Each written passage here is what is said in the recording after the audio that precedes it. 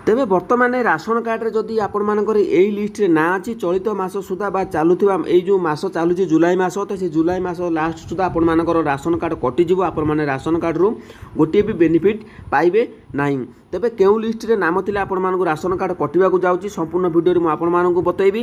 तेबे जदि चैनल को नुआ आछन चैनल को सब्सक्राइब करंतु कारण सठिक अपडेट सब बेले मो चैनल आपण देखा पाइबे जाना पाइबे ता सहित किसी शिखा पाइबे आपण माने। तेबे जो मानक राशन कार्ड अच्छी तेबे आपण माने होई जांतु सतर्क। तेबे आपण माने कोन जदि लिस्ट रे ना अच्छी केउ मानकर कटिबो केउ मानकर कटिबो नै मु संपूर्ण अपडेट दे देछि आपण माने देखि नियंतु बा जानि नियंतु। तेबे चलंतु किछि अपडेट थिला जहा आपण मानकु मु आज जणेबी। तेबे वीडियोटी कंप्लीट देखंतु आपण माने बुझी पारिबे।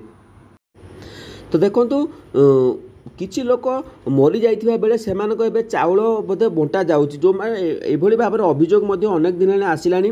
ते हेले से अनियमितता देखा मिलिबो नै। मोहन सरकार योग्य हिताधिकारी माने ही लाभ उठाई पारिबे। तेबे राज्य रे 25 लाख जाल राशन कार्डधारी थिबा नै सूचना दैछन्ती खाद्य जोगाण मंत्री।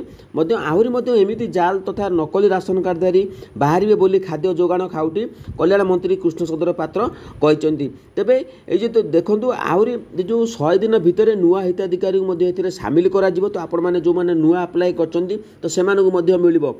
किंतु आगामी देखो ये आपण देखिपे आगामी दिन में सबू निज जिले और निज निर्वाचन मंडल विधायक और मंत्री नुआ कार्ड बांटे बोली सूचना दि जाऊँगी। जो ये केबे बांटे तो निश्चित भाव में 100 दिन मध्य आपण मानक राशन कार्ड नुआ राशन कार्ड जो मैंने अच्छा जो मैंने आप्लाय कर दीर्घ दिन है जनशुणी पोर्टाल अभियोग कर तो से मिलवा जाऊँगी राशन कार्ड। तेबे लिस्ट रे केउ मानकर ना अच्छी आपण मानक मु प्रथम कही तो लिस्ट रे आपण माने केमिति जानिबे जे मोर नाटा अच्छी कि नहीं आपण मानक वीडियो रे बतई दूची आपण माने सटीक पूरा कंप्लीट देखंतु आपण माने।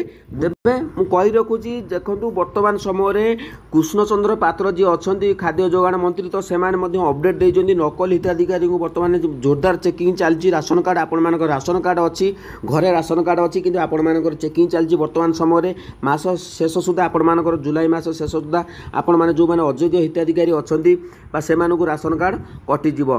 तो किमिति जानिबे देखो मु आपण मानक सब बेले कहिची जदि आपण मानकर राशन कार्ड रे आपण माने जो माने अयोग्य हिताधिकारी जो मानकर गाड़ी अच्छी घर अच्छी तो से जदि राशन कार्ड पाउछन तेबे आपण मानकर राशन कार्ड खूब शीघ्र कटि जीवो। तो एई मास सुधा आपण मानकर राशन कार्ड कटि जीवो। आ आगामी 100 दिन मध्य रे जो नुआ अप्लाई करछन्ती राशन कार्ड पई तो से मानकर राशन कार्ड मिलवा जाउची। केउ माने देबे मंत्री माने आसिकी आपण मान निर्वाचन मंडल मंत्री माने बा जो एमएलए अछन्ती बा से माने आपण मान सरपंच को द्वारा आपण मानकर ब्लॉक लेवल द्वारा ही आपण मानकु नुआ राशन कार्ड मिलवा जाउची। तेबे बहुत बड़ खुशी खबर जो माने दीर्घ दिन अपेक्षा करथिले राशन कार्ड पाई अप्लाई करिक पाउ ना तो से राशन कार्ड मिलिबो। मु कहिथिले लिस्ट रे ना अछि कि नहीं आपण माने कटि जीवो। देखंतु लिस्ट रे ना अछि अर्थात तो आपण माने बुझिया पाई चेष्टा करंतु जो मानकर गाड़ी अच्छी घर अच्छी बैंक बालांस अच्छी से जदि राशन कार्ड रे पाउछन्ती तो सेई मानकर ही केवल कटिबो। तेबे आपण माने भाबुथिबे मु मध्य घर बा इंदिरा आवास खंडे पाइथिली बा आपण माने प्रधानमंत्री आवास योजना घर पाइछन्ती बा घर को मध्य किछि डिजाइन करछन्ती जहा द्वारा आपण माने भाबुथिबे डर रहउची कारण मोर घर पक्का घर अच्छी मते राशन कार्ड मिलिबो नाही। तो देखंतु जदि आपण माने गवर्नमेंट तरफ घर पाइछन्ती तेबे आपण मानकर किछि चिंता करबा को नाही। जो माने निज पॉकेट रु खर्च करी घर बनैछन्ती बा अनेक किछि जिनसपत्र से नाँ अच्छी बैंक बालांस अच्छी तो संपूर्ण अपडेट आपण माने सरकार केमिति खबर पाउछन्ती आपण माने तो आधार कार्ड द्वारा ही आपण मानकर सब किछि डाटा रहउची गवर्नमेंट पाखरे। तो जेहेतु आपण माने बिना बा योग्य बा अयोग्य हिताधिकारी थाई मध्य आपण माने राशन कार्ड रु बेनिफिट पाउछन्ती तो खूब शीघ्र आपण मानकर ना कटि जीवो।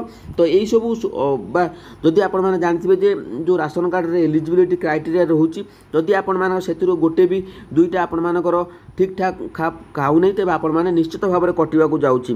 तो जो माने अपेक्षा करछन्ती अनेक दिन हेली राशन कार्ड अप्लाई नुआ अप्लाई करथुले तो सेमानकर मध्य एई 100 दिन भीतर राशन कार्ड मिलवा जाउची। तो এইটি কହି ରଖୁଛି ଆପଣମାନେ ବ୍ୟସ୍ତ ହୁଅନ୍ତୁନି। ଯେଉଁମାନେ ପ୍ରକୃତରେ ପାଇବା ପାଇଁ ଯୋଗ୍ୟ ବା ରାସନ କାର୍ଡ଼ ପାଉଛନ୍ତି ତ ସେମାନଙ୍କର କେବେ ବି କଟିବ ନାହିଁ। ଆଉ ଯେଉଁମାନେ ଅଯୋଗ୍ୟ ହିତାଧିକାରୀ ପାଉଛନ୍ତି ରାସନ କାର୍ଡ଼ ସେମାନଙ୍କର ହିଁ ନାଁ କଟିବ। ତ ଆପଣମାନେ ବୁଝିପାରିଲେ। ତ ଯଦି ଆପଣମାନଙ୍କୁ ଆଉ କିଛି ରାସନ କାର୍ଡ଼ ବିଷୟରେ ଜାଣିବା ପାଇଁ ଚାହୁଁଛନ୍ତି ତେବେ କମେଣ୍ଟରେ ଆପଣମାନଙ୍କର ମତାମତ ଦିଅନ୍ତୁ। ମୁଁ ସବୁବେଳେ ଆପଣମାନଙ୍କୁ ସଠିକ୍ ଅପଡ଼େଟ୍ ଦିଏ, କାରଣ ମୁଁ ଚାହେଁ ଆପଣମାନେ ସଠିକ୍ ଭିଡ଼ିଓ ଦେଖନ୍ତୁ ଆଉ କିଛିଟା ବୁଝନ୍ତୁ, କାରଣ ଯୋଜନା ଗୁଡ଼ିକ ବୁଝିପାରିଲେ ଆପଣମାନଙ୍କର ନିହାତି ଭାବରେ କାମରେ ଲାଗିବ। ଯଦି ଭିଡ଼ିଓଟି ଆପଣମାନଙ୍କୁ ଭଲ ଲାଗିଲା ତ କମେଣ୍ଟରେ ଆପଣମାନଙ୍କର ମତାମତ ଦିଅନ୍ତୁ। ଜୟ ଜଗନ୍ନାଥ।